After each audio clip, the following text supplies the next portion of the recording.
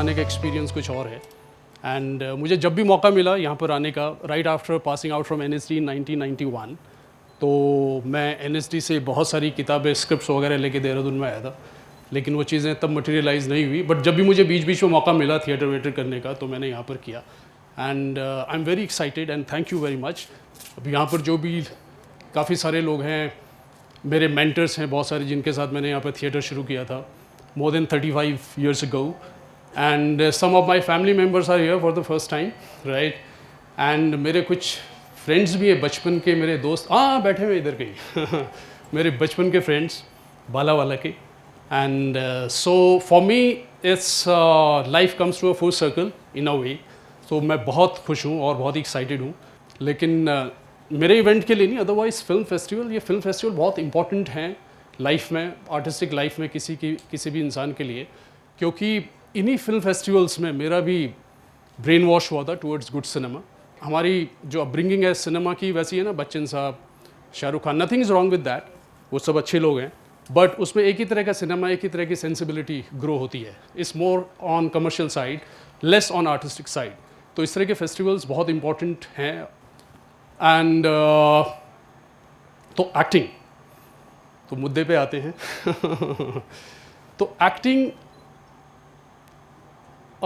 स्टैनिस्लैव्स्की system जिस पे run करता है पूरी दुनिया का एक्टिंग का, वो आज की डेट में, तो वो पिछली 2 सेंचुरी का, आप लोगों को कुछ को बुरा भी लग सकता है मेरी इस बात का, लेकिन मैं एक्सप्लेन करूंगा उसको। ये एक्टिंग का एक सबसे बड़ा scam running in since last 200 years, और ये सिर्फ यहीं पे नहीं, पूरी दुनिया में एक स्कैम चल रहा है। और वो स्कैम के अंदर हैं सब लोग, और उसका पता नहीं है कि प्रॉब्लम क्या, पता ही नहीं कि पहली प्रॉब्लम है वहाँ पर। नथिंग इज़ रॉन्ग विद स्टैनिस्लैव्स्की, वो तो ग्रेट आदमी थे, उनका ग्रेट कंट्रीब्यूशन है, लेकिन जिस तरह से वो बाद में जिस तरह से वो प्रैक्टिस में आया, मैं उसके बारे में बात करूँगा कि किस तरह से गड़बड़ हुआ वहाँ पर सारा। तो अगर मैं आपको ये समझा पाया आज, मतलब बता पाया, तो वो काफ़ी हेल्पफुल हो सकता है। और दूसरी बात यह है कि एक्टिंग कोई भी कर सकता है।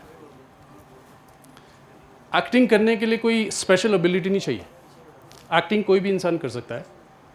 बस शर्त एक ही है कि उसको करने के लिए उस इंसान के अंदर पैशन होना चाहिए, पैशन और दृढ़ इच्छा होनी चाहिए एक्टिंग करने के लिए।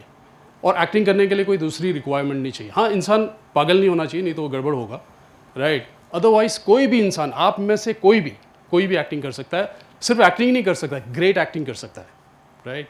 लेकिन उसके लिए कुछ, जैसे आप म्यूज़िक सीखते हैं, क्लासिकल म्यूज़िक आप सीखते हैं, तो उसका एक प्रोसेस है, तो उसके थ्रू तो आपको गुजरना ही पड़ेगा। और कुछ लोग इंट्यूटिवली कर लेते हैं, जैसे अभी मैं उनका कोई इंटरव्यू देख रहा था, भीमसेन जोशी, राइट? वो किशोर कुमार को सुनते थे, राइट? अब किशोर कुमार का तो क्लासिकल म्यूज़िक से कोई संबंध नहीं था, ना उन्होंने सीखा, फॉर्मली नहीं सीखा उन्होंने, लेकिन जोशी साहब किशोर कुमार को सुनते थे, उनके बहुत बड़े फ़ैन थे, क्योंकि वो टैलेंट जो था सिंगिंग का, वो तो उनके पास था ना। उन्होंने ये भी कहा कि अच्छा हुआ किशोर कुमार क्लासिकल म्यूज़िक में नहीं है, नहीं तो हम लोग पता नहीं कहाँ होते राइट? तो किशोर कुमार ने पूरा वो ले लिया होता। तो एक वो टैलेंट वो अपनी जगह पे है, बट अदरवाइज क्योंकि जो इंसान फील कर सकता है, राइट, जो आदमी सोच सकता है, वो एक्टिंग कर सकता है ना, यही तो चाहिए होता है एक्टिंग में, और क्या है, राइट? तो स्टैनिस्लैव्स्की के जो मैं स्कैम की बात कर रहा था, वो मैं थोड़ी देर में आऊँगा उस पर। तो अब सबसे पहली बात ये है कि व्हाट इज़ एक्टिंग, एक्टिंग है क्या, राइट? तो हर इंसान की अपनी परिभाषा है एक्टिंग की, लेकिन जो कुछ गुणी लोग हैं जिन्होंने सालों साल इस पे काम किया है, तो उनका मैं 1-2 लाइन का जो डेफिनेशन है वो आपको बोलता हूँ, फिर मैं थोड़ा सा उसको एक्सप्लेन करूँगा कि मैं हिंदी में बाद में एक्सप्लेन करूँगा इसको, अगर किसी को तकलीफ है उसमें। सो जैसे ली स्ट्रासबर्ग कौन है, थोड़ा बाद में आऊँगा मैं। तो उनका एक डेफिनेशन है एक्टिंग का, an ability to react to imaginary stimulus, और सैंडी माइजनर थे उनके बाद ही, उन्होंने कहा कि acting is behaving truthfully under imaginary circumstances. तो इसको मैंने थोड़ा सा एक्सप्लेन करने के लिए हिंदी में बनाया है। चरित्र में रहकर, विजय का character that we are playing, चरित्र में रहकर एक काल्पनिक परिवेश, परिस्थिति, रिलेशनशिप इत्यादि के साथ सच्चाई से प्रतिक्रिया करने का हुनर। फिर से पढ़ता हूं, चरित्र में रहकर एक काल्पनिक परिवेश, परिस्थिति, रिलेशनशिप इत्यादि के साथ सच्चाई से प्रतिक्रिया करने का हुनर। इसमें तीन की वर्ड्स है, काल्पनिक, सच्चाई और प्रतिक्रिया। अब मैंने इसमें कहीं इमोशन की बात की, राइट? इमोशन की बात मैंने नहीं की ना, तो प्रॉब्लम यहीं पे है। जब एक्टर कोई भी रोल, कोई भी प्ले अप्रोच करने के लिए जाते हैं, सो दे स्टार्ट विद इमोशन। भी इमोशन को आप डायरेक्टली नहीं कॉल कर सकते। अगर मैं आपको कहूँ अभी कि आप लोग थोड़ा रोइए, आप एक्टिंग तो कर सकते रोने की, लेकिन उसको फील नहीं कर सकते ना, क्योंकि इमोशन को, किसी भी इमोशन को आप डायरेक्टली अप्रोच नहीं कर सकते, उसको वाया मीडियम जाना पड़ता है, राइट? जैसे फिश पकड़ने के लिए आपको कांटे में कुछ लगाना पड़ता है ना, तब जाके फिश उसको वहाँ पर आती है। अब हल्ला उल्ला करोगे तो फिश तो पहले से भाग जाएगी ना, राइट? तो इसको अंडरस्टैंड करने की ज़रूरत है।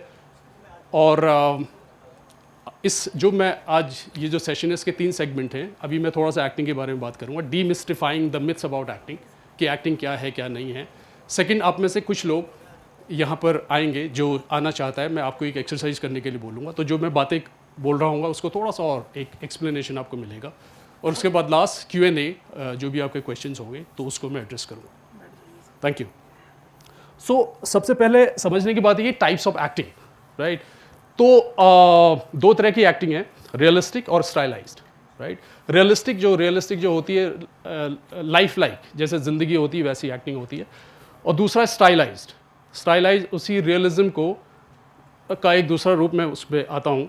तो स्टाइलाइज्ड एक्टिंग में फोक थिएटर भी आ जाता है। जो फोक होता है, जैसे उत्तराखंड में रामलीला है, पड़ोस के हरियाणा में स्वांग होता है, या अलग अलग स्टेट्स का अपना अपना, यूपी में नौटंकी है, तो भी एक स्टाइलाइज्ड एक्टिंग का फॉर्म है। तो रियलिस्टिक एंड स्टाइलाइज्ड, और उसी में क्लासिकल फॉर्म भी आता है, राइट? जैसे हमारा कथकली है एंड यक्षगाना है सेमी क्लासिक, या जापान में काबुकी नो, रशिया में चाइना में पिकिंग ओपेरा वगैरह वगैरह। तो हर कंट्री का अपना अपना जो उनकी कंट्री में इवॉल्व हुआ है क्लासिकल एक्टिंग का system. And then folk theatre तो हज़ारों सालों से है। और ऐसे ही इंडिया में मैंने आपको बता दिया कि जो क्लासिकल फॉर्म्स हैं हर स्टेट में अलग अलग तरह के हैं। तो अब ये क्लासिकल और जो रियलिस्टिक एक्टिंग है, फिर इसमें 2 तरह से ये हो सकती है, एक गुड एक्टिंग और एक बैड एक्टिंग, राइट? तो गुड एक्टिंग, बैड एक्टिंग। अब गुड एक्टिंग क्या है, अब कैसे इसको फिगर आउट करेंगे कि गुड एक्टिंग क्या है, बैड एक्टिंग क्या है? सो जो एक्सपीरियंशियल है वो गुड एक्टिंग है, चाहे वो क्लासिकल है या मॉडर्न एक्टिंग है, रियलिस्टिक एक्टिंग है। जो एक्सपीरियंशियल एक्टिंग है, एक्सपीरियंशियल एक्टिंग मतलब जिसमें एक्टर खुद फील करता है, ना सिर्फ फील करता है, बट ऑडियंस को भी उसकी फीलिंग करा पाता है। अब खुद में फील कर रहे हैं तो उसका कोई मतलब नहीं है ना, उसका फिर आप घर में बैठ के करो, राइट? नॉट ओनली आपको फील करना है उसको, ऑडियंस को भी एक्सपीरियंस कराना है उस इमोशन को या उस सिचुएशन को, उस परिस्थिति को, जो भी आप कर रहे हैं, राइट? बैड एक्टिंग इसके ऑपोजिट होगी, जिसमें आप ना फील करते हैं ना करवा पाते हैं, राइट? सो एक डेक्लेमेटरी एक्टिंग जिसको कहते हैं, कि स्पीच ओरिएंटेड डायलॉग बोल के कुछ कहानी को बोलने की कोशिश करते हैं, वो ठीक है, उसका अपना एक वैल्यू है, बट वो आर्ट के कैटेगरी में वो नहीं आना चाहिए, नहीं आता है, राइट? तो एक्सपीरियंशियल एक्टिंग जिसमें एक्टर खुद फील करता है और सामने ऑडियंस को करा पाता है उस फील को, तो वो experiential acting, that's good acting. और पूरी दुनिया में 3 स्ट्रीम्स हैं, 3 ओरिजिन्स हैं एक्टिंग के।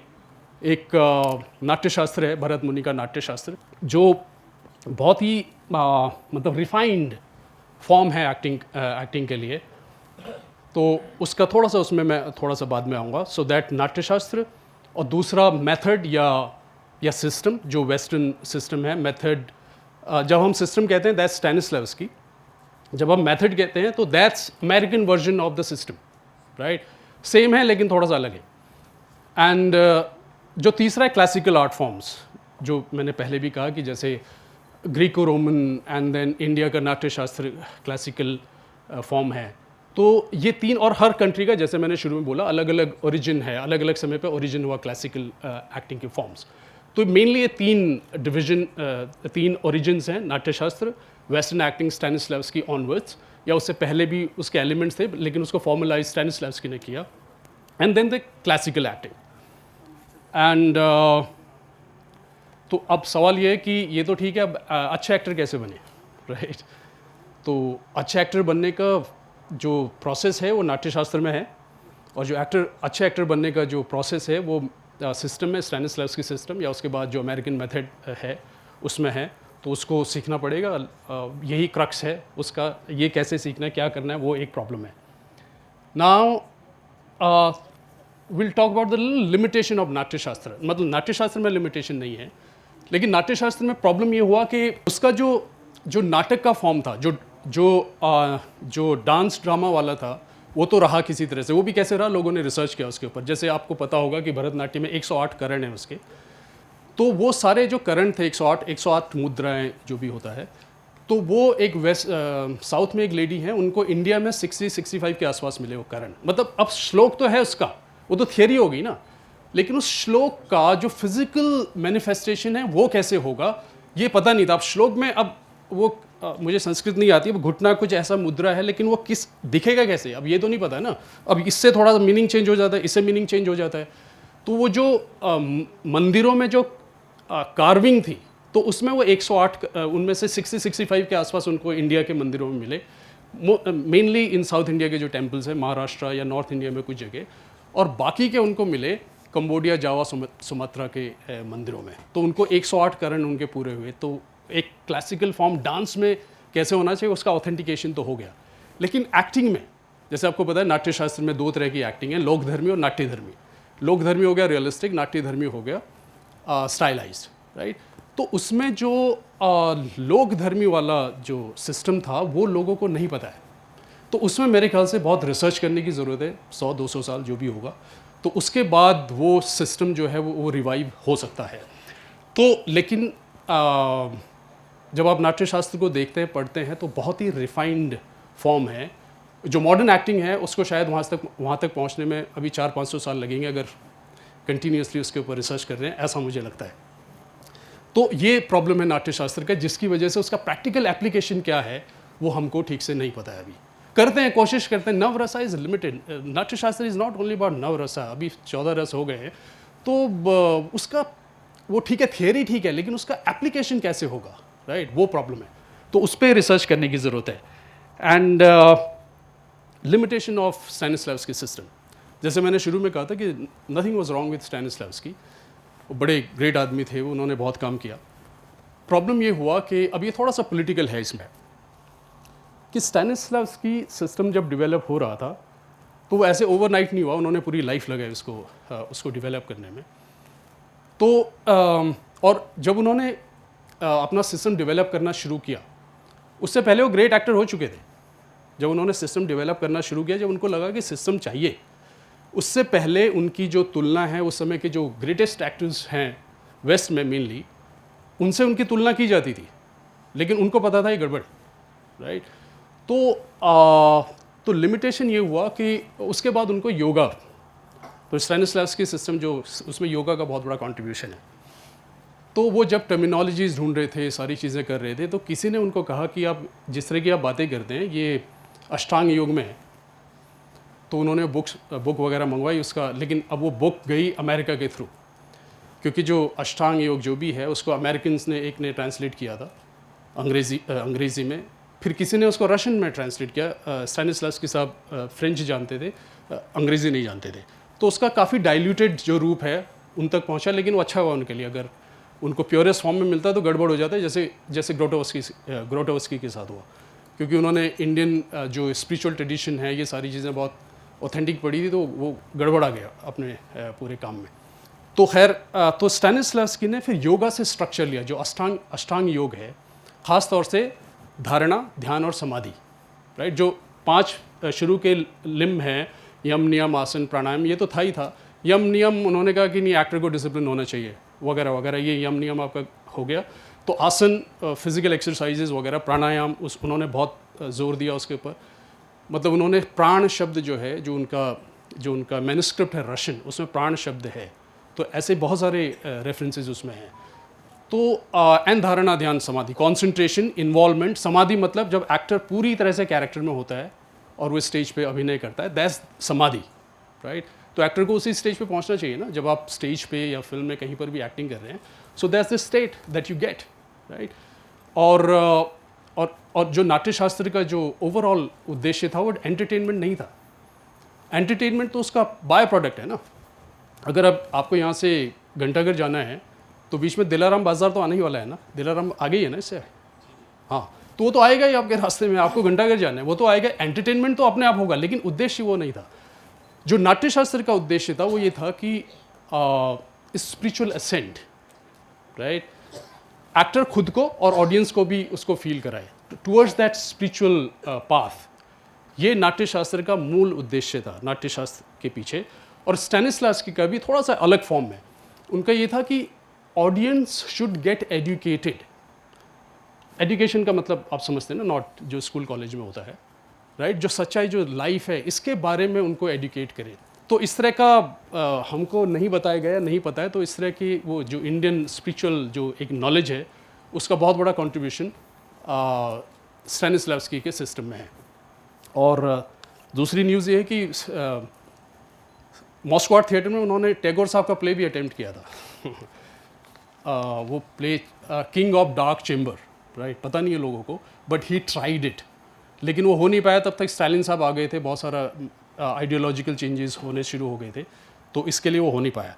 तो जो प्रॉब्लम हुआ स्टैनिस्लावस्की के साथ, उन्होंने सिस्टम तो बनाया अपना, तो जब ये सेकेंड रेवोल्यूशन हुआ और बोल्शेविक रेवोल्यूशन हुआ, ये लोग सब पावर में आए, तो उन्होंने कहा ये हटाओ सब, राइट, इस तरह की चीज़ें नहीं चाहिए हमें अपने सिस्टम में। तो उन्होंने उसको एडिट किया, जो स्टैनिस्लावस्की की जो टर्मिनोलॉजीज थी उसको एडिट किया, सेंसर कर दिया। उन्होंने कहा ये नहीं चलेगा, ये साइंटिफिक नहीं। उन्होंने कहा ये साइंटिफिक नहीं है, ये प्राण साइंटिफिक नहीं है। तो उन्होंने उसको फॉर एग्जांपल नाम दिया muscular memory, something like that, right. तो पूरा जो सिस्टम है उसको करोड कर दिया।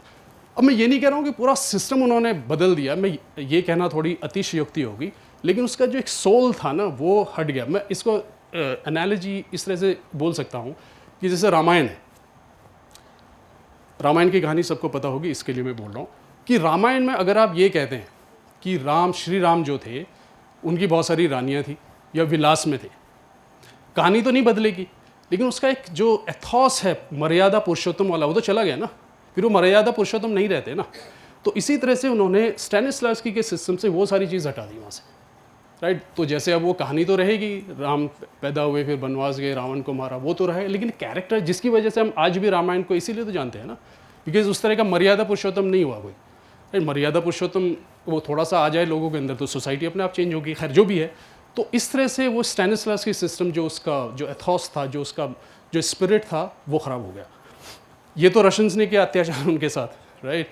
उसके बाद स्टैनिस्लावस्की सिस्टम गया यूएस, क्योंकि वहाँ परफॉर्म करने के लिए गए हुए लोग, तो उन्होंने देखा इस तरह की एक्टिंग तो हमने देखी नहीं कभी। तो अमेरिकन्स ने उनके कुछ टीचर्स को रोक लिया कि आप पढ़ाइए, हमारे बच्चों को पढ़ाइए, और वहाँ स्कूल वगैरह शुरू हो गए। तो वहाँ प्रॉब्लम क्या हुआ कि अब ये जो भी स्पिरिचुअल रेफरेंसेस थे स्टैनिस्लावस्की के सिस्टम में, ये अमेरिकन्स को समझ में नहीं आए, क्योंकि उनका कोई ओरिएंटेशन नहीं था। क्योंकि रशिया में हालांकि विवेकानंद के जाने से काफ़ी चेंजेस आए थे, उसका एक रिफ्लेक्शन मॉस्को में भी था, थियोसॉफिकल सोसाइटी, ये बहुत सारी चीज़ें बनी थी, लेकिन बाय एंड लार्ज अमेरिकन्स को नहीं पता था, बिकॉज डिफरेंट सोसाइटी। तो उनको वो तो समझ में नहीं आया, उन्होंने उसको साइकोलॉजी के साथ जोड़ दिया, तो वो पूरी तरह से साइकोलॉजी में चले गए, राइट। अब साइकोलॉजी में चले गए तो उन्होंने ये चीज़ें उनको समझ में नहीं आया, तो नहीं समझ में आया, उन्होंने उसको हटा दिया, मतलब गलती से, जानबूझ के नहीं। और दूसरी जो प्रॉब्लम हुई स्टैनिस्लावस्की सिस्टम के साथ, वो ये कि जो उनका ऑटोबायोग्राफी है वो 1925 में पब्लिश हुई थी यूएस में। तो जब उन्होंने मैन्युस्क्रिप्ट दी उनको, तो उन्होंने कहा ये तो 800 पेज की है, राइट, ये commercially it's not commercially viable, तो उन्होंने उसको काट दिया, मतलब एब्रीवेटेड वर्जन उसका निकाला। अब जब आप किसी चीज़ को एब्रीवेट करते हैं तो आपको उसका बहुत अच्छा नॉलेज होना चाहिए ना, तब आप उसको कर सकते हैं। तो उन्होंने अपने हिसाब से जो उनको समझ में आया वो कर दिया, तो अब वहाँ से डाइल्यूशन हो गया। और एक और प्रॉब्लम हुआ, ये हुआ कि जो भी उनके ट्रांसलेटर थे अमेरिका में, तो उस वक्त कॉपीराइट के जो भी इशू थे, लॉज थे इंटरनेशनली, तो उन्होंने कहा कि अब यहाँ से जो भी ट्रांसलेशन इसका होगा इंग्लिश से, तो वो जो भी ट्रांसलेशन होगा स्टैनिस्लावस्की का, वो रशियन टेक्स्ट बुक को नहीं रेफ़र करेंगे, वो अंग्रेज़ी से करेंगे, राइट। कॉपीराइट का इशू, पैसा कमाना, ये सब कुछ होता है ना। तो उसके बाद जितने भी वर्जन, जितनी भी भाषाओं में स्टैनिस्लावस्की ट्रांसलेट हुआ, वो अमेरिकन वर्जन हुआ, राइट, जो अपने आप में एक एब्रीवेटेड वर्जन था और एक डिफंक्ट वर्जन था। तो अब आप लोग जो भी an actor prepares, creating a role, building a character वगैरह वगैरह पढ़ते हैं, that's not the authentic book, right, unfortunately. लेकिन वो सब जगह वही पढ़ी जाती है, पढ़ाई जाती है पूरी दुनिया में, राइट। तो उसमें प्रॉब्लम है। जो स्टैनिस्लवस्की का जो बुक है जो हमारे पास है, उसमें प्रॉब्लम है। तो लेकिन पोस्ट 90s वो चीज़ें जब रशिया डिज़ोल्व हुआ, उसके बाद लोगों को जो ऑथेंटिक उनके मैन्युस्क्रिप्ट मिले, उसमें लोगों को पता चला कि ये तो गड़बड़ हो गया हमारे साथ। तो लेकिन अभी उसको टाइम लगेगा काफ़ी, उसको मेन स्ट्रीमिंग होने में। तो जो मैं शुरू में अर्ज़ कर रहा था कि ये जो स्टैनिस्लावस्की सिस्टम है जो हमारे साथ एक धोखा हुआ है because of political reasons and because of थोड़ा सा lack of information, lack of knowledge about acting in US. तो वो एक उसको सबसे पहले करेक्ट करने की ज़रूरत है। मैं ये नहीं कह रहा हूँ ओवरनाइट करेक्ट होगा ये, मतलब एक अटैम्प्ट उसकी तरफ लेना और उसको करना, ये सबसे इम्पॉर्टेंट है। तो यही एक सबसे बड़ा गड़बड़ है जो एक्टिंग में, जो मॉडर्न एक्टिंग जिसकी हम बात करते हैं, तो सबसे बड़ा जो गड़बड़ है, धोखा है, वो यहाँ पर है। तो इसको करेक्ट करने की ज़रूरत पड़ेगी। इसके अलावा एक दो और चीज़ें हैं जिसको मुझे टच करना चाहिए। वो ये है कि अब सवाल ये होता है कि अक्सर ये सवाल पूछा जाता है कि सिनेमा और थिएटर की एक्टिंग में क्या फ़र्क है, राइट।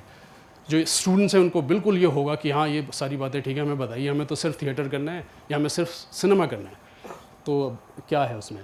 तो जो मेरा मानना है, मतलब मेरा मानना सिर्फ मेरी अपनी उससे नहीं आ रहा, because I work with so many people जो लोग सिनेमा में काम करते हैं और जो थिएटर में भी काम करते हैं। तो एक्टिंग में कोई फ़र्क नहीं है, सिनेमा या थिएटर की एक्टिंग में कोई फ़र्क नहीं है, बिल्कुल भी फ़र्क नहीं है, एक पैसे का फ़र्क नहीं है, राइट। जो फ़र्क है वो मीडियम का है, मीडियम डिफरेंट हो जाता है ना, राइट। अब स्टेज पे ये थोड़ी है कि आप झूठी एक्टिंग करोगे, नकली एक्टिंग करोगे, राइट। आपको नहीं करनी चाहिए। हाँ, आपका काम चल जाता है, वो बात अलग है, क्योंकि ऑडियंस काफ़ी डिस्टेंस पे बैठी हुई है, या चल जाता है because stage is more of spoken lines, more of dialogues, right.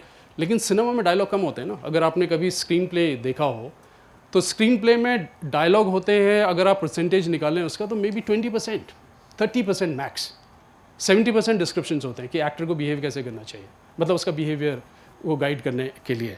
और प्ले में इसका उल्टा हो जाता है, 90% डायलॉग्स होते हैं, 10% डिस्क्रिप्शन होगा, राइट। फॉर एग्जाम्पल, अब मैं यहाँ पर अगर आया हूँ, अगर ये स्टेज का सिचुएशन है, प्ले हो रहा है कि मैं आया, यहाँ पर फेस्टिवल चल रहा है, मुझे कुछ यहाँ पर बोलना है, तो मैं बोलूँगा ये बहुत ट्रैफिक था, मैं लेट हो गया, सॉरी, मुझे माफ़ कीजिए, राइट। तो डायलॉग के थ्रू मैं आपको बता रहा हूँ कि मैं लेट हो गया था। लेकिन सिनेमा बन रहा है तो ट्रैफिक का शॉट दिखाएगा ना, राइट। तो लेकिन जब मैं यहाँ हूँ तो मेरा बिहेवियर ये बताना चाहिए, ऑडियंस को इन्फॉर्मेशन है कि ये ट्रैफिक में फंसा था, राइट। लेकिन यहाँ पर आया तो मेरा बिहेवियर जस्टिफाई करना चाहिए उसको कि I am apologetic, I am late. तो अगर वो बिहेवियर नहीं हुआ तो फिर वो गड़बड़ हो गया ना, राइट। तो हाँ, इतना ज़रूर है कि जब आप स्टेज पे काम करते हैं, क्योंकि ऑडियंस थोड़ा डिस्टेंस में बैठी हुई है और सिनेमा में क्लोजअप है, राइट, तो आपको उस सच्चाई को प्रोजेक्ट करना है वहाँ तक जो लास्ट तक बैठा हुआ है इंसान। सच्चाई तो होनी चाहिए, लेकिन वो मैकेनिज़्म, वो जो मीडियम का, जो मैं कह रहा हूँ कि मीडियम का डिफरेंस है, उसको कैलकुलेट करके आपको वहाँ तक पहुँचाना पड़ेगा उस तक कि मैं ये सोच रहा हूँ, ये कर रहा हूँ, right, without exaggerating it. Exaggerate कर दिया तो गड़बड़ हो गया ना, ठीक है। तो वो मैकेनिज्म है, वो आपको सीखना चाहिए। And as opposed to cinema, right, वो तो बिल्कुल आपके क्लोज है, तो उसमें तो आप नॉटिंग कर नहीं सकते, उसमें तो आप कुछ वो तो पता लगा लेगा आपको, राइट। और अगर ये क्लोजअप है, टाइट क्लोजअप है, मैं यहाँ पर बात कर रहा हूँ, टाइट क्लोजअप है, और मैंने इतना कर दिया तो फ्रेम से बाहर हो गया ना, राइट। तो आपको पता होना चाहिए कि कैमरा की रियलिटी क्या है, कि आपने कितना करना चाहिए। या जैसे मेरा फेस जो है, काफ़ी ट्विस्ट करता हूँ मैं फेस को, राइट, वो सिनेमा में नहीं चलेगा ना। So you have to have that control over your muscles and everything, right. तो मेनली ये डिफरेंस है सिनेमा और टीवी की एक्टिंग का, और बिल्कुल भी फ़र्क नहीं है। अगर आपको ये लगता है तो उसको आप बिल्कुल दिमाग से निकाल दीजिए। ट्रुथफुल एक्टिंग होनी चाहिए, जैसे मैंने शुरू में कहा, एक्सपीरियंशियल एक्टिंग, राइट। तो थिएटर में भी आपकी एक्सपीरियंशियल एक्टिंग वहाँ तक पहुँचनी चाहिए। जो स्टैनिस्लावस्की का जो कॉन्ट्रीब्यूशन था, ये उसमें था, राइट, जिसकी वजह से वो प्राण और ये सब लेके आए ना। तो स्टैनिस्लावस्की एक्टिंग को स्पिरिचुअल उस पर लेके गए, राइट, इन द सेंस कि आप मतलब बिना कुछ किए हुए, राइट, वाइब्रेशंस के थ्रू, राइट, लोगों तक पहुंचाए, फीलिंग्स आपकी क्या है, राइट। जैसे इन रियल लाइफ आपकी फैमिली में, आपके ऑफिस में, जहाँ भी आप काम करते हैं, तो आप किसी फ्रेंड को देखते हैं कि वो अपसेट है, वो छुपा रहा है उस बात को, लेकिन आपको पता चलता है ना कि वो अपसेट है। कैसे पता चलता है? वो तो छुपा रहा है, राइट। तो जो जो फीलिंग्स हैं, जो एक्सपीरियंस है, वो इतना स्ट्रांग होता है कि you can't suppress it, right. तो उस पर पहुंचने की ज़रूरत है, राइट। तो बट उसके लिए टेक्नोलॉजी, मेथडोलॉजी एंड प्रैक्टिस, उस सब के बाद वो चीज़ें होती हैं, राइट। और एक दूसरा बड़ा आता है कि star versus actor, right, stardom and actor, right. देखिए स्टारडम और एक्टिंग का कोई संबंध नहीं है, हो भी सकता है लेकिन नहीं है, राइट। जैसे रियल लाइफ में होता है, कोई लड़का या लड़की बहुत हैंडसम है, राइट, उनके वाइब्रेशंस उस तरह के, यू लाइक हिम और हर, दैट्स इट, राइट। उसमें अवगुण भी हैं तो भी आप उसको इग्नोर कर देते हैं, राइट, करते हैं ना हम रियल लाइफ में डे टू डे उसमें। तो वैसे स्टारडम है, राइट। कोई स्टार है, वो ऐसे नहीं है, स्टार कोई ऐसे नहीं बन जाता, मतलब आई एम नॉट, उनको मैं कोई डिमीन नहीं कर रहा हूँ स्टारडम को, राइट। तो कुछ गिफ्ट होता है नेचर का, राइट। उनकी पर्सनालिटी वैसी होती है, कुछ बोलते हैं तो अच्छा लगता है लोगों को। और एक सोसाइटी हमेशा एक सोसाइटी का जो वैक्यूम होता है सोसाइटी में, वो उसको कैप्चर करता है स्टार, राइट। फॉर एग्जांपल अगर आप सोशलॉजिकल इसका एक्सप्लेनेशन ढूंढें तो जैसे कहते हैं कि 70s में because there was unemployment, frustration, गरीबी थी, फूड सिक्योरिटी इतनी ऐसी नहीं थी, so there was an angst and anger in society, right. So that give rise to Amitabh Bachchan, ठीक है। और उसके बाद 90s में ओपन मार्केट आया, लोगों में थोड़ा सा प्रोस्पेरिटी आई, ये सारी चीज़ें आई, then came Shahrukh Khan, right. Rajesh Khanna साहब का दौर थोड़ा सा अलग था, वो इन सबको सरपास करके ऊपर निकल गए, वो इतना चार्म और इतना उनके अंदर था, कोई उसको उनको किसी सोशलॉजिकल उसकी ज़रूरत नहीं थी, राइट। वो अपने मतलब पुष्पा कह के अपने पूरा उन्होंने निकाल दिया, तो इतना चार्म, राइट, इतना वो था, बट देन उसका एक शेल्फ लाइफ होती है, राइट। तो उस पर्सपेक्टिव में स्टारडम को देखा जाना चाहिए, एंड उनके अंदर कुछ क्वालिटी होती है। अब मैं नाम नहीं लेना चाहता यहाँ पर, वो क्योंकि ऐसा लगता है किसी को आप डिमीन कर रहे हैं, तो आप एक्टर्स को देख लीजिए सिनेमा में, थिएटर में हमारे पास कॉमन वो नहीं होंगे, इसके लिए मैं सिनेमा की बात कर रहा हूँ। तो आप देखिए ना, फ़र्क है, कोई एक्टर है बेचारा, इतना अच्छा एक्टर है, अब उसको लोग नहीं पसंद करते ना, आप क्या करोगे, उसको कैरेक्टर में लोग पसंद करते हैं। अब वो जाएगा हीरोइन के साथ डांस करने पेड़ के चारों तरफ, आप उसको नहीं एक्सेप्ट करेंगे, ये उसकी प्रॉब्लम नहीं है, हमारी प्रॉब्लम है, राइट। जैसे स्टैनिस्लॉवस्की ने अपने समय में लिखा, उस समय कर्ली बाल वाले हीरोज़ हुआ करते थे, तो उन्होंने लिखा कि जिसके कर्ली बाल नहीं है उसको मेन रोल करने का हक नहीं है क्या, राइट। ये तब भी था, उससे पहले भी था। और तो ये एक समझने की बात है कि stardom is product of some sociological vacuum, और कुछ इस तरह का कि लोगों को एक पसंद चेंज होती रहती है ना। 90s के बाद कितने शाहरुख खान आए बम्बई में, राइट, उस तरह की पर्सनालिटी, उस तरह का वो सारी चीज़ें वो नहीं बन गया ना, एक हो गया वो लोगों को हो गया अभी, राइट। अब society has to look for next star, मतलब सोशलॉजिकल वो क्या आएगा, राइट, तो तब जाके वो बनेगा। तो स्टारडम एंड और स्टार एक्टर हो सकता है, ऐसी बात नहीं है, स्टार एक्टर हो सकता है, राइट। जैसे मार्लन ब्रांडो थे, राइट, वो एक्टर स्टार, वो स्टार थे, एक्टर थे, आप कुछ कह नहीं सकते, वो स्टार भी थे और एक्टर भी थे, राइट। और जिस कैरेक्टर, जो भी उन्होंने कैरेक्टर किया, वो किसी कंपल्शन को नहीं मानते थे, वो जो कैरेक्टर उनको मिला उसी तरह से करते थे उसको, तो उसको ब्लर, उसको आप कह ही नहीं सकते कि कहाँ है, स्टार है या एक्टर है। और उससे भी बड़ा फिनोमेना हमारी कंट्री में है, जिसको आप कहीं उसका कोई एक्सप्लेनेशन है ही नहीं, that is Rajinikanth, right. He is beyond everything, stardom actor, वो डेमीगॉड है, राइट, वो इन सबसे ऊपर की चीज़ें उनका एक्सप्लेनेशन आप नहीं ला, ना सोशलॉजिकल वैक्यूम, ये कुछ नहीं, वो उनको कोई प्रॉब्लम नहीं है, ही 70+, राइट। अगर वो स्क्रीन पे नहीं है, रियल लाइफ में ही हैज़ वेरी स्कैंटी है, राइट, ये दाढ़ी वाड़ी लेके घूमते हैं, उनको कोई प्रॉब्लम नहीं है, कोई इमेज का प्रॉब्लम नहीं है, राइट। पब्लिक में उसी कुर्ता पैजामा पहन के जाते हैं और स्क्रीन पे फिर से उसी तरह से आते हैं, ओके। और फिर स्टारडम का एक दूसरा जो ट्रेजिक एस्पेक्ट है, वो क्या कर सकते हैं, वो अपनी जगह पे, फॉर एग्जांपल ये हॉलीवुड के किसी एक्टर ने कहा था, रणदीप हुड्डा ने बाद में एक बार, व्हाट्स योर नेम, हाँ, इरशाद है। तो स्टारडम का क्या होता है, इरशाद गए इंडस्ट्री में, फिल्म इंडस्ट्री में, तो लोगों ने कहा कि कुछ है एक्टर है इरशाद नाम का कोई एक्टर है, तो शुरू में लोग कहते हैं, जो मेकर्स हैं फिल्म इंडस्ट्री के लोग, कि हु इज़ इरशाद, पता नहीं है, कोई हल्ला गुल्ला हो रहा है, राइट। उसके बाद वो थोड़ा सा और नाम हो गया उसका, तो वो कहेंगे I want Irshad, producer directors I want Irshad. उसके बाद स्टार बड़ा एक्टर हो गया, वो उनकी रीच से बाहर हो गया, अब वो कहेंगे कि आई वॉन्ट समवन लाइक इरशाद। अब इरशाद को नहीं पकड़ सकते, आई वॉन्ट समवन लाइक इरशाद। अब इरशाद साहब और थोड़ा एज हो गई उनकी, तो अब वो बोलेंगे कि I want a younger version of Irshad right. उसके बाद फिर वहीं से हु इज़ इरशाद तो लास्ट में घूम फिर के बाद वहाँ पे आ जाती है। तो ये एक स्टारडम और उसका समझने की ज़रूरत है।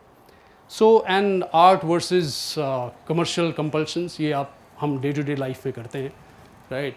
अब जो मेन स्ट्रीम इंडस्ट्री है, क्योंकि फिल्म फेस्टिवल है, मैं इंडस्ट्री का ही मैं एग्जांपल लेके आ रहा हूँ, सारे एग्जांपल्स वहीं से लेके आ रहा हूँ। तो अब वो इंडिविजुअल चॉइस है। कई बार बहुत सारे एक्टर्स हैं बॉम्बे में जिनको सक्सेस मिल गई राइट, उनको हमने कहा यार अब ठीक है सक्सेस मिल गई ना तुमको, बहुत अच्छी बात है, अब आर्ट को और प्रैक्टिस करो ना, नहीं तो यहीं पे ख़त्म हो जाओगे। वो ये कहते हैं कि यार अरविंद भाई शाम को 5 बजे के बाद थोड़ी दारू पीनी है, फैमिली है राइट। तो उन्होंने डिसाइड कर लिया अब मेहनत नहीं करनी ना हमको राइट। ये स्टारडम इतना हमको मिल गया है, उससे खुश हैं राइट। उसके बाद मेहनत, क्योंकि एक्टिंग तो आपको मतलब ये तो साधना है, साधना जो साधना होती है ना, साधना जिस भी आप में समझते हैं, ये साधना ही है राइट। उससे वो सिद्ध होती है, तो वो कर लेते हैं, टैलेंटेड है, सब कुछ है, नाम भी हो गया, पैसा आ रहा है, सब कुछ, इससे ज़्यादा हमें नहीं करना, ये उनको पता है, मेहनत नहीं करनी है यार, नहीं सुबह आराम से उठेंगे, कौन थिएटर वेटर करेगा राइट। वो फिर वहाँ जाओ भीड़ में, वो सब रिहर्सल करो, तो वो एक अपनी चॉइस है सबकी, तो वो सब बढ़िया है उनके लिए। तो भी एक छोटा सा प्रैक्टिकल करते हैं कि मतलब जैसे मैंने शुरू में कहा था कि आप कोई भी आदमी एक्टर बन सकता है, कोई भी आदमी किसी भी एज में, किसी भी नेशनैलिटी का, किसी भी उसमें एक्टर बन सकता है इंसान। तो उसका एक एविडेंस आपको दिखेगा यहाँ पर। So all of you, I would request youngster जो थोड़ा बहुत जिन्होंने एक्टिंग की है वो यहाँ पर आए, ताकि आपको समझ में आएगा। आपसे एक्टिंग नहीं कराऊंगा मैं, don't worry.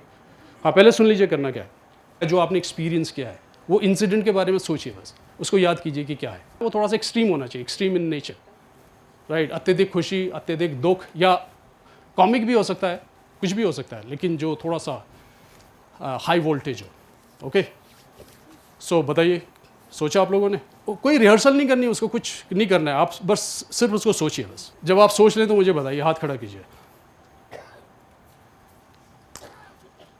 You doing it? Okay, great.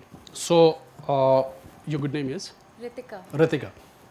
Ritika. So what you have to do is, right, you have to sit here or you can stand whatever. इनको माइक दीजिए एंड जो भी इंसिडेंट आपका है ना, उसको आपको सिर्फ नैरेट करना है। So I'll talk about this film festival वाला जो पार्ट मेरे साथ ये जो हुआ, ये मेरे लिए बहुत बड़ी वाली एक चैलेंजिंग शो रहा है ये। जी हाँ, तो मेरे पास कॉल आया जागरण से, और जैसे ही मैंने कॉल उठाया तो उन्होंने बोला कि ऐसे से एक शो है, आपको हमारे पास आना है और मिलना है। तो मैंने कहा ठीक है, मैं आती हूँ। मैं जब गई वहाँ पे मिलने के लिए, तो फर्स्ट जो मेरा था ये सोचना कि यार कैसे होगा, क्या होगा। जब उन्होंने मुझे बताया कि 3 दिन का इवेंट है, 3 दिन का शो होने जा रहा है, तो मैं थोड़ा सा घबरा गई कि मुझे करना है कि नहीं करना है, मैं अपने कंफर्ट जोन से बाहर जा सकती हूँ कि नहीं जा सकती हूँ। ये सब सोचते हुए मैं वहाँ से निकली, और मैंने 1 दिन का पूरा वक्त लिया ये सोचने में, वक्त निकाला मैंने कि मुझे करना चाहिए या नहीं करना चाहिए, इससे मेरे क्या बेनिफिट्स हैं या क्या मेरे माइनस पॉइंट्स हो सकते हैं मेरे साथ। तो ये सब सोचते हुए जब मैंने हाँ करा जागरण को, और finally I got this show. और जब मैं यहाँ आ रही थी ये शो करने के लिए, तो इतना मैंने ज़्यादा नहीं सोचा था इस शो के बारे में, मुझे कुछ भी आइडिया नहीं था, क्योंकि इससे पहले मैंने कभी जागरण का इस तरह का कोई शो अटेंड नहीं किया था। लेकिन जब मैं यहाँ पर आई और डे 1 जब मैंने इतनी सारी ऑडियंस यहाँ पे देखी, और जो मुझे वो खुशी हुई, जो वो फील अंदर से आया, वो इतना बियॉन्ड इमेजिनेशन था कि मैं आपको बता भी नहीं सकती। वो फीलिंग वो एक्सप्रेशन, वो मैं आपके साथ नहीं एक्सप्रेस कर सकती उस फीलिंग को जो आज ये डे 3 है हम लोगों का, और इतने सारे दिग्गजों के साथ मुलाकात हुई, यहाँ पे काफ़ी सारा एक्सपीरियंस लिया, आप लोगों के साथ रूबरू हुई, यहाँ के लोकल जो जनता है हमारी उनके साथ हमारा मिलना हुआ, एंड फाइनली मुझे ये शो करने का मौका मिला, and I am really very blessed कि जागरण ने मुझे ये शो दिया. Thank you. Please give her a big hand. Thank you. So now, मतलब ये एक तरह से इनका डे टू डे का एक्सपीरियंस था जो यहाँ पर है. तो आप मुझे हमें ये बताइए कि जब आप ये इंसिडेंट बता रही थी, राइट, आपको फ़ोन आया किसी ने, फिर आप यहाँ पर आई, मिली उनसे, और फिर ये क्रक्स ये था कि फिर then you felt so happy वगैरह वगैरह, राइट. तो आपके दिमाग में क्या चल रहा था? खुशी. अदर देन ये कि लोग बैठे हुए हैं, ये सब तो होगा कि ये बैठे हुए हैं, मैं बोल रही हूँ, कुछ ये तो रहेगा. वो तो एक्टर को हमेशा एक उसकी एक सिक्स सेंस एक वो रहता है वहाँ पर. मैं ये कह रहा हूँ कि आपका उस वक्त दिमाग में क्या चल रहा था? अभी एक्सप्लेन करने के टाइम हाँ पे हाँ हाँ. कुछ नहीं, बस जो फीलिंग अंदर से आ रही थी वो मैंने बोल नहीं, दिया. नहीं नहीं नहीं नहीं. आपको फ़ोन आया था, क्या हुआ था? मेरे पास फ़ोन आया था. फ़ोन आया था? हाँ किसका जी. फ़ोन आया? मुझे जागरण की टीम से फ़ोन आया. लेकिन आप उनको जानती नहीं थी? मैं जानती थी क्योंकि जानती व्हाट्सएप पे थी, बात हुई जानती थी. थी. हाँ जी. आप कहाँ पर बैठी थी उस वक्त जब फ़ोन आया? कहाँ पर थी आप? मैं अपने घर पे थी. अपने घर पर थी? हाँ जी. तो आप मुझे ये बताएं, जब आपको फ़ोन आया था उनका, हाँ जी. तो आपको अपना घर याद आया नहीं आया उस वक्त आया. जब आप बोल रही थी, जी. राइट? और जिस इंसान को आप जानती थी, अगर इन्होंने फ़ोन किया, जी. इनका चेहरा आपके दिमाग में आया नहीं आया? बिल्कुल है, मैंने देखा भी उनकी तरफ. करेक्ट, जी. राइट. लेकिन पहले आपके दिमाग में आया तब आपने उनकी तरफ देखा ना, जी. राइट? फिर जब आप मिलने के लिए गई होंगी, हाँ जी. या जो भी प्रोसेस था, जिस ऑफिस में आप गई, हाँ वो जी. सब आपको दिखाई दिया नहीं दिखाई सब मेरे सामने ऐसे चल रहा था पिक्चर की तरह. Very good. जी. लेकिन जब इन्होंने बोला तो इन्होंने शुरुआत किया कि मैं फील कर रही थी emotion, right? So that's the outcome, that's the result of it, right? तो प्रॉब्लम ये है, आपने एक्टिंग किया है, कुछ प्ले वगैरह किए? No, that's fine. तो प्रॉब्लम यहीं पे है, जब हम एक्टिंग करने के लिए जाते हैं, हम जाते हैं इमोशन के ऊपर, राइट? कि इमोशन करना है, वो नहीं होगा, वो नहीं होगा. जैसे मैंने शुरू में आपको कहा कि आपको बेट डालना पड़ेगा, वो कांटे में क्या लगाना है वो आपको फेंकना पड़ेगा, मछलियाँ तब आएंगी, राइट? जब आप इमोशन से उसको कर रहे हैं, अगर अप्रोच कर रहे हैं, वो नहीं होने वाला है. लेकिन एक्टर तो आप फिर भी बन जाएंगे, लेकिन उसमें प्रॉब्लम है, राइट? आप फिर क्या हो जाता है, ये जो इमोशंस हैं, जो टिश्यूज़ हैं, उसके बहुत ही सॉफ्ट होते हैं, राइट? तो जब आप ये एक्सटर्नल एक्टिंग, मैकेनिकल एक्टिंग के एक बार उस रट में चले गए ना, एक्टिंग तो आपको करनी है ना. गुस्सा आना, मुझे बहुत गुस्सा आ रहा है आपके ऊपर, अब मैं एक्टिंग कर रहा हूँ, फील नहीं कर रहा हूँ, कर रहा हूँ. अगर ये मैं 2-3 साल करता रहूँगा तो जो मेरा ओरिजिनल जो सेंसेशन है, जो फीलिंग्स हैं, उसको हमेशा के लिए गायब हो जाएंगी. उसको लाने के लिए फिर बहुत मेहनत और एक्सपर्टीज चाहिए उसको लाने के लिए. इसलिए जब आप एक्टिंग का करियर शुरू करते हैं, और फिल्म स्कूल, ड्रामा स्कूल जो भी होते हैं, they have extreme responsibility, right, to not screw those fine tissues of creativity. Problem वहाँ पर होता है, राइट? तो वो सारी चीज़ें आपके दिमाग में आई, राइट? और उसके बाद आपने वो जो लास्ट में जो आपका था कि फिर ऐसा हुआ, we all saw that, right, कि शी वॉज एक्साइटेड कि वो मिला, फिर मुझे ये हो रहा है जो भी हो रहा है, we could see that expression on her face. वो इनैक्ट नहीं कर रही थी उसको, वो हो रहा था. You getting my point, right?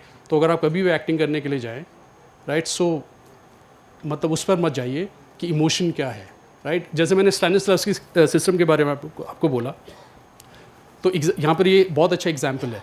स्टैनिस्लॉवस्की का टर्म था टास्क, TASK, राइट? कि एक्टर का टास्क क्या है.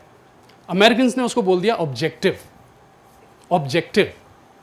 राइट? अगर आपका ऑब्जेक्टिव, सपोज मैंने कहा कि कोई यहाँ पर आइए और बोलिए उसके बारे में, अगर आपका ऑब्जेक्टिव ये होता कि नहीं मुझे अच्छा दिखना और मुझे ये करना है, so you are not doing your task. आप ऑब्जेक्टिव फुलफिल कर रही हो. जब आप टास्क आता है, दैट्स एक्शन ओरिएंटेड, राइट? मैं यहाँ पर आया, मुझे ये था कि मेरे कुछ फ्रेंड्स हैं, कुछ लोग हैं, मुझे एक्टिंग के बारे में मुझे पता है नहीं, वो कन्फ्यूजन्स हैं, ये है, मुझे उसको दूर करना, that was my task, right? As opposed to कोई स्टार है, राइट? और वो जागरण फिल्म फेस्टिवल, वो फ्रेंड हैं उनके, उन्होंने कहा यार प्लीज़ आ जाओ, एक एंट्री दे दो यहाँ पर, थोड़ा सा ये हो जाएगा. So that task is completely different. मतलब अगर वो मैं ही हूँ, मुझे एक्टिंग आती है, लेकिन फिर मैं रहेगा हाँ ठीक है, थोड़ा स्टारडम, बॉडी वॉडी, थोड़ा सा उसका वो चलता रहता है एक्टर के दिमाग में, राइट? या कैसे किसको कहाँ पर क्या करना है, राइट? वो कम्प्लीटली उसका वो अलग हो जाता है, राइट? सो जो मैं कह रहा था कि कैसे सिस्टम गड़बड़ हुआ, वो टास्क का जब आपने ऑब्जेक्टिव बना दिया तो उसका पूरा मीनिंग चेंज हो गया. आपको सिमिलर लग सकता है, वो सिमिलर लग सकता है, साउंड वो सिमिलर कर सकता है, लेकिन उसका जो मैकेनिज्म है उसमें ज़मीन आसमान का फ़र्क है. Okay hi everyone, my name is Vineet Thapa. और ये जो इंसिडेंट है मतलब आज से करीब 7-8 साल पुरानी है, ठीक है। और ये रियल इंसिडेंट है जिस चीज़ से मैंने सफ़र किया है। तो क्या नाम से तारीख 31 दिसंबर 2015 की बात है ये, ठीक है। करीब रात के 10:15 हो रहे थे। तो मैं और मेरी फैमिली, मतलब फैमिली के आधे लोग बाइक के रास्ते घर आ चुके थे और हम लोग विक्रम का वेट कर रहे थे। लास्ट विक्रम था, डोईवाला के रास्ते हम विक्रम से घर आ रहे थे। दूधलिया मेरा घर है। तो इसी के बीच क्या होता है, एक वाइट कलर की स्विफ्ट कार, जो कि उस वक्त तो मेरे को पता नहीं था स्विफ्ट थी, लेकिन नेक्स्ट डे जाके पता चला कि स्विफ्ट थी वो। तो हुआ ये था कि करीब 10:30 बजे करीब, ठीक है। तो मैं आगे बैठा हुआ था, मेरी फैमिली के आधे मेंबर्स पीछे बैठे हुए थे, मेरा भाई भी पीछे बैठा हुआ था, मैं अकेला आगे बैठा हुआ था। बगल में एक व्यक्ति था और जो ऑटो चालक था वो बैठा हुआ था। तो क्या हुआ कि अचानक से जो किसी एक बंदे ने, जो स्विफ्ट चला रहा था, ठीक है, वहाँ का काफ़ी नामचीन बंदा था, नाम मैं नहीं बोलूँगा, ठीक है, मैं उसको हाईलाइट नहीं करना चाहता, बट उसने क्या किया, ओवर स्पीडिंग की। विक्रम के क्या होते हैं, 3 टायर से होते हैं। तो टक्कर लगते ही विक्रम पलट गया, ठीक है, लेफ्ट साइड विक्रम पलटा। तो मेरा भाई पीछे था, मैं बड़ी सेफ जगह में था, मेरे इधर भी एक बंदा था, इधर विक्रम चालक था। तो मैं कैसे तैसे करके सेफ हो गया। तो क्या हुआ, जैसे विक्रम पलटा तो मतलब ऐसा होता है ना, एकदम से क्या हुआ, I was shocked for a moment. मेरे को कुछ पता ही नहीं था कि मतलब मैं एकदम से ना, मतलब थोड़ा नींद में था, बचपन ही था, 14-15 साल की मेरी उम्र थी, कुछ नहीं होता, मैंने कोई बात नहीं, सो रखा था। एकदम से विक्रम पलटा तो क्या हुआ कि मैंने ना मतलब एकदम शीशा देखा, शीशा खुल रखा। जब मैंने देखा ना कि सिक्के बिखरे हुए थे, नोट वगैरह बिखरे हुए थे, विक्रम वाला अलग पड़ा हुआ था, मेरा बंदे का मतलब हाथ पूरा मुड़ गया था ऐसे करके, जो बगल वाला था। तो मतलब मैं काफ़ी शौक, मतलब एकदम से क्या हुआ। तो मैं जैसे तैसे मैं बाहर आ गया, मैं सेफली बाहर था, मेरे को एक खरोश नहीं आई थी क्योंकि मैं बीच में था। मैं बाहर आया, मैंने देखा जैसे तैसे क्या हुआ। जब मैंने पता चला ना विक्रम पलट गई, मैंने कहा ओह शिट। तो मैंने 2-4 लोगों को मतलब गैदर किया, मैंने बोला प्लीज़ हेल्प अस। मतलब मैं काफ़ी मतलब वैसे था, डरा भी था, शॉक भी था, एकदम से रोना भी आ रहा था कि मतलब, क्योंकि ऑब्वियस सी बात है, पीछे मेरे फैमिली वाले भी थे और एकदम से मेरे लिए पहली बार था। तो हमने जैसे तैसे मतलब लोगों के साथ मिलकर क्या नाम से वो विक्रम को उठाया। तो जब धीरे धीरे ना मतलब क्या वैसे जैसे डेड बॉडीज़ पड़ी होती है ना, वैसे पड़े हुए थे सब के सब एक के ऊपर एक। तो जैसे जैसे मैंने एक को हटाया, कोई एक को हटा रहा, कोई एक को हटा रहा। तो क्या हुआ कि लास्ट में जाके जब मैंने देखा ना कि मेरा भाई पड़ा है नीचे, मतलब ऐसे उसका मतलब खून निकल रहा है लिटरली, मतलब आई वॉज शॉक्ड। मतलब मैं शिवरिंग कर, मतलब कांप रहा था उस वक्त ना, मतलब मेरे को समझ नहीं आ रहा था मैं क्या करूँ। अब 14-15 साल के बच्चे को इतनी अकल नहीं होती क्या करना है एकदम से। हम मुझे इतना बताता सिर्फ जैसे तैसे करके हॉस्पिटल लेके जाना है। बट क्या होता है, मैं आपको रियलिटी बताता हूँ सोसाइटी की। अगर कभी इंसिडेंट होता है ना, या तो लोग कैमरा खोलेंगे या तो फिर कमेंट्री करेंगे, हेल्प करने बहुत कम लोग आते हैं। तो उस टाइम मतलब होता है ना कुछ एक फरिश्ते आते हैं। तो एक बॉबी भैया नाम के एक लड़के थे, उनका नाम मैं हाईलाइट कर सकता हूँ क्योंकि मेरे लिए वो भगवान है, ठीक है। मेरे गाँव के पास ही रहते हैं। तो वो आए जैसे तैसे ना, मतलब उनको हटाया सबको कि भाई तमाशा खड़ा कर रखा एकदम से। तो उन्होंने ना मतलब कुछ नहीं किया, उसको उठाया। भाई मैं इतना मतलब था ना, डरा हुआ था कि मैं बॉडी भी नहीं उठा पा रहा था अपने भाई की। उसका पूरा ये एक साइड का मतलब ऐसे पूरा गिर गया था, इस लेफ्ट साइड का ना। तो मतलब मैंने कुछ नहीं किया, मेरे पास ब्लैक कलर की जैकेट, ठीक है, मैंने मतलब उसको जैकेट से ग्रैब कर लिया। एक मफलर था येलो कलर का, ठीक है, मैंने उसको जैसे तैसे ना, मतलब इतना मेरे को इतना था कि कैसे जैसे तैसे करके ब्लीडिंग रोकनी है। तो मतलब इतनी मेरे को नॉलेज थी कि ब्लीडिंग रोकनी है, हॉस्पिटल लेके जाना है, ठीक है। एम्बुलेंस नहीं है, कोई बात नहीं, जहाँ पे एम्बुलेंस मिलेगा तो मुझे वहाँ तक इसको लेके जाना होगा। तो डोयाला में एक ब्लॉक हॉस्पिटल करके है, अगर यहाँ पे किसी को पता होगा तो मैं बता दूँ कि मतलब वो एक हॉस्पिटल है, ठीक है, सरकारी हॉस्पिटल।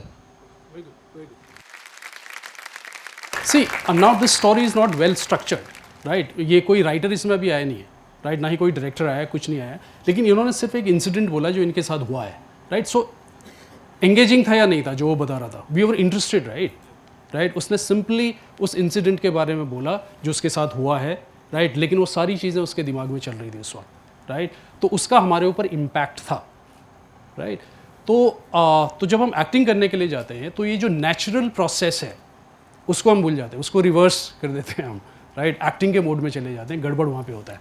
अब आप में से शायद ये सवाल आएगा कि नहीं, ये तो अब इसका रियल इंसिडेंट है, राइट, हमें तो इमेजिनरी इंसिडेंट मिलते हैं, राइट। तो अगर अभी टाइम नहीं है, अगर आप इनको ये कहें 10 मिनट का टाइम देते हैं आप इनको बोलो कि वो एक्सीडेंट जो है ना, आप दूधली में नहीं रहते, आप रहते हैं राजपुर में, लेकिन उनको राजपुर के बारे में पता होना चाहिए किधर है, राइट। और ये एक्सीडेंट हुआ था वो जहाँ पर ये ब्लाइंड स्कूल है, राइट। और उसमें तुम्हारा भाई नहीं था, कोई और था, तो ये कर सकता है ना, दिस इज एडजस्टमेंट। जो आपकी इमेजिनरी वर्ल्ड है उसमें थोड़ा सा एडजस्टमेंट है, राइट। और अगर कोई बहुत बड़ा उसमें इंसिडेंट है तो you have to do little research. Acting में एक चीज़ होती है ना, रिसर्च, राइट। जो इमोशन या जो इंसिडेंट आपकी लाइफ का हिस्सा नहीं है, आपने नहीं फील किया है, तो उसको आपको थोड़ा रिसर्च करना पड़ेगा, तो कुछ भी पॉसिबल है। हालांकि जो साइंटिस्ट हैं, जो इसके ऊपर जो डॉक्टर्स जो भी इसके ऊपर काम करते हैं, साइकोलॉजिस्ट, उनका मानना ये है कि जब बच्चा 5 साल का होता है, 5 ईयर्स, वो दुनिया में जितने भी एग्जिस्टिंग इमोशंस हैं वो एक्सपीरियंस कर चुका होता है, राइट। और कई बार कुछ नॉटी स्टूडेंट्स होते हैं, वो सवाल पूछते हैं कि नहीं वो तो ठीक है, वो वाला एक्सपीरियंस वो बच्चा कैसे फील कर सकता है, वो वाला, राइट। तो वो वाला मतलब that is what craving for something, right. Craving of something तो 2 साल के बच्चे को भी हो सकती है ना, for milk, breast milk, right. तो वो सारा जो भी कहने का मतलब है, जो टैलेंट, ये जो सारी चीज़ें वो आपके अंदर हैं, राइट। उसको आपको एक्सप्रेस कैसे करना है, उसको मनूवर कैसे करना है, वो आपको पता होना चाहिए। इतना ज़रूर है यहाँ पर कि हर एक्टर को, सभी एक्टर को एक तरह की मेडिसिन काम नहीं करती है, राइट। तो जैसे हमारे स्पिरिचुअल ट्रेडिशन में है ना, अलग अलग तरह के योग हैं, राजयोग है, भक्ति योग है, कर्म योग है। अब जिसकी भक्ति योग की टेंडेंसी है, उसको आप कहेंगे कि तो कर्म योग कर ले, तो नहीं हो पाएगा, राइट। तो ऐसी एक्टिंग में एक्टर की टेंडेंसी होती है अलग अलग, right. So that has to be diagnose first, वो एक्सपर्टीज़ का काम है, राइट। उसके बाद उसको उसके हिसाब से मेडिसिन देनी चाहिए। इसी के लिए जितने भी ये फिल्म स्कूल, ड्रामा स्कूल्स होते हैं, दे फेल हियर, राइट। वो एक स्टैंडर्ड फॉर्मेट है, उसमें आ जाओ, करो, निकल जाओ। जिसका लग गया तुक्का लग गया, किस्मत अच्छी लग गया, जिसका नहीं लगेगा नहीं लगेगा बेचारा। लेकिन टैलेंट ये नहीं कि उसके अंदर टैलेंट नहीं था, लेकिन उसको सही इनपुट्स उसके हिसाब से नहीं मिले, सो दैट्स वेरी मतलब प्रॉब्लमैटिक है। तो जैसे मैंने अभी, आप डायरेक्टर साहब हैं, तो आप जब किसी को एक्टर्स के साथ काम करते हैं, सबका अलग अलग नेचर होता है ना, राइट। तो अलग अलग टेंडेंसी होती है सबकी, तो उसको उस हिसाब से, किसी की ईगो बड़ी वो होती है, आपको पता है इसकी ईगो को ज़्यादा टच नहीं करना है, राइट। तो इसको थोड़ा सा बच्चे की तरह ट्रीट करना है। किसी को कि ईगो करनी, उसको बिल्कुल सही इनपुट चाहिए कि स्क्रिप्ट मुझे क्या, मेरा मोटिवेशन क्या है, तो वो आपको उसके हिसाब से मनूवर करना पड़ता है एक्टर्स को, राइट। ओके, टू एक्टर्स आइए यहाँ पर। Okay, right. ये आपको गुस्सा है एक दूसरे के ऊपर, राइट। गुस्सा इस बात पर है कि आप सेम लड़की के साथ आप दोनों को फ्रेंडशिप करनी है, राइट। बट आप नहीं चाहते ये फ्रेंडशिप करे, आप नहीं चाहते ये करे, तो इस बात पे आपका झगड़ा हो रहा है, ठीक है। तो ज़रा शुरू हो जाइए। मधुर के साथ मुझे दोस्ती करनी है, तुम नहीं करोगी। क्यों मधुर के साथ तुमको क्यों दोस्ती करनी है? क्योंकि वो मेरी जैसी लड़की है ना, वो इतनी सिंसियर है। फिर तुम कैसे, मतलब तुम्हारी पर्सनैलिटी एकदम अलग है, मेरी अलग है, तो मेरे से ज़्यादा उसकी पर्सनैलिटी मैच करती है। तुम कैसे कर सकती हो दोस्ती? तुमसे पहले मैं आई थी, मधुर मेरी दोस्त है, ठीक है। तुमसे पहले थी मेरी वो दोस्त। पर उसके साथ मेरा बॉन्ड ज़्यादा अच्छा है ना। वो तुम्हें लगता है कि तुम्हारा बॉन्ड अच्छा है, मेरा तुमसे ज़्यादा अच्छा है। नहीं, उसने मुझे कहा भी था कि लाइक मैं ओके, या मोर और less good behaviour, believable, right, more और लेस फाइन। तो अब इसको थोड़ा सा और फाइन ट्यून करते हैं। मैं इनको कुछ बताता हूँ, ये आपको बताएंगे बाद में मैंने इनको क्या बताया। आइए इधर आइए, कम Why are you so annoying always? Like you're so manipulating and you have that kind of behavior. You want to gain everyone's sympathy. क्यों तुम्हारा ऐसा behavior? Like I don't want to become friends with you. ऐसा मेरा behaviour नहीं है, पहली बात तो ये। और दूसरी बात ये कि तुम बहुत ज़्यादा बोलती हो, तुम चुप रहो। परेशानी मेरी नहीं है, परेशानी तुम्हारी है। जब मैं तुम्हारे साथ दोस्ती नहीं रखना चाहती, तुम क्यों आती हो मेरे साथ? मुझे भी नहीं रखनी तुम्हारे साथ दोस्ती। तुम्हें क्या लगता है कि मुझे तो मेरे क्या दोस्त कम पड़ रहे मेरे लिए ज़िंदगी में? हाँ, मेरे बहुत ढेर सारे दोस्त हैं। तुम ही एक अकेली नहीं हो जो तुम्हारे पीछे पीछे मैं चलती रहूँगी। तो क्यों आती हो फिर हमेशा मेरे पास? मैं तो नहीं आती तुम्हारे पास कभी। वो तुम्हें लगता है कि मैं तुम्हारे पास आती हूँ। मुझे नहीं लगता कि मुझे लगता है, क्योंकि हर बार मैं हमेशा तुम्हें कट ऑफ करने की कोशिश करती हूँ और तुम घूम फिर के मेरे पास ही आती हो। क्यों? तुम वहाँ पे होती हो, मैं मेरी हर जगह मौजूदगी में तुम होती हो वहाँ पे। तुम रहना क्यों नहीं छोड़ देती मेरे साथ? वो तो मैं कब का छोड़ चुकी हूँ, पर वो तुम्हारा एक सिंपैथी सीकिंग बिहेवियर है जो अब बार बार मेरे पास। सिंपैथी? मैं तुम्हें क्यों सिंपैथी दिलाऊं? तुम होती कौन हो? पहली बात तो तुमने जब ओके, तो क्या फ़र्क था इनके लास्ट उसमें और इसमें? क्या फ़र्क था? एनी वन ऑफ यू, क्या फ़र्क था? अगर कुछ फ़र्क था इनके पहले वाले इनैक्टमेंट में और इसमें, कुछ फ़र्क था? सॉरी, हाँ हाँ हाँ हाँ हाँ, ओके ओके, विषय को लेकर ये बात कर रहे हैं जी जी जी, कि नेचुरल बिल्कुल हाँ हाँ हाँ, कि ओके आपको सहेलियाँ कैसे लड़ती हाँ, हाँ। है, कैसे बात करती है, ओके। व्यवहारिकता क्या है। Okay, alright, great. आपने एक लिमिटेशन दे दिया था, हाँ हाँ हाँ हाँ, राइट राइट, इसलिए वो थोड़ा शब्दों को कंट्रोल करके बोले थे कैसे बोला जाए। हाँ हाँ हाँ, करेक्ट। So perfect. अभी आप बताइए कि मैंने क्या आपको बीच में बोला था, मैंने इंस्ट्रक्शंस क्या दिए? सर ने हमें इंस्ट्रक्शंस दिए थे कि हमें किसी की ऐसी लड़की के बारे में सोचना है whom we can't stand or we dislike her and then we have to say dialogues. Okay, so now ये एक बेसिक टेक्निक है बहुत। मैं ये नहीं कह रहा हूँ ये इसको इन्होंने पूरी तरह से फॉलो किया अभी, because it's the first time, right? तो अब ये बेसिक टेक्निक है एक्टिंग की, जिसको सिस्टम या मेथड जिसकी मैं बात कर रहा हूँ, that's one of the techniques, right? तो उससे जैसे किसी ने कहा थोड़ा सा बिहेवियर लिमिट हो गया था, डेफिनेटली, क्योंकि अभी उनके सिस्टम में नहीं आया, because it takes time, series of exercises है। जैसे आप सारे गामा सीखते हैं, ऐसी एक्टिंग का एक ग्रामर है, राइट, जो आप स्टेप बाय स्टेप सीखते हैं। तो शुरू में थोड़ा सा मुश्किल होता है, जो इन दोनों को थोड़ा सा प्रॉब्लम हुआ, बीच में हंसी भी आ रही कि ये तो वो लड़की नहीं है, फिर आप इसको देख रही हैं ये वही है। लेकिन जब आप टेक्निक को मास्टर कर लेते हैं, then you see only that girl, right? So that's one of the techniques कि you replace that person, right? और दूसरा, और उसकी बहुत सारी दूसरी भी टेक्निक्स हैं, ये सिंपलेस्ट है, राइट? तो इस तरह से मेरे कहने का मतलब है कि ये जो मेथड है, जो सिस्टम है, राइट, ओवर द ईयर जब आप उसको प्रैक्टिस करते चले जाते हैं, तो any one of you and all of you can become not only actors, great actors, right?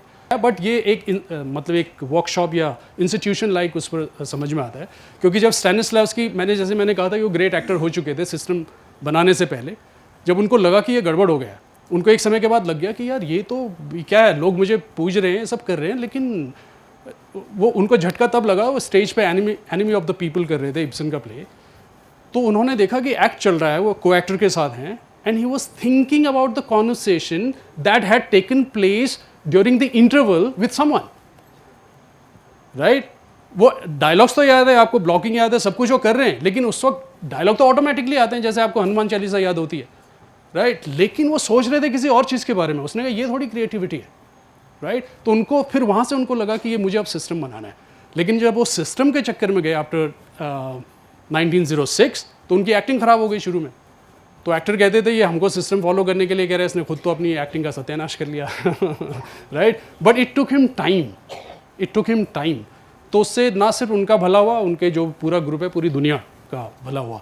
तो वो थोड़ा सा उसको समझने की ज़रूरत है। Thank you very much sir. एक बार जोरदार तालियां अरविंद सर के लिए।